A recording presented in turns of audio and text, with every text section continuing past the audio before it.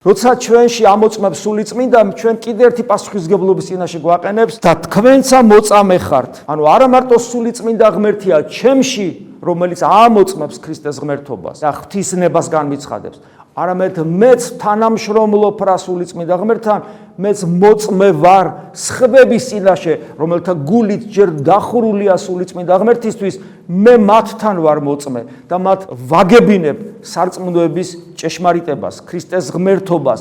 ოღონ ამ სიტყვას მადლი უნდა ახლდეს, იმიტომ რომ ეს გულიდან უნდა მოდიოდეს, რომელ გულშიც სულიწმინდა ღმერთი გიებს. და აი ეს ვალდებულება, რომ თქვენც მოწმე ხართ, ჩემი, ეს არის ჩვენი ვალდებულება. და ეს მოწმეობა არა მარტო სიტყვით, არამედ ცხოვრების წესით არის, რომ აი როგორც ეს 9 ძმა ხერხეულიძე და მათი და დედა რო ყვდება, ჩვენ მზად უნდა ვიყოთ მოვკვდეთ და დავიცვათ ჩვენი რწმენა და ჩვენი სარწმუნოება, ჩვენი ცხოვრების წესით, სიტყვით, ადამიანებთან ურთიერთობით და ასე შემდეგ.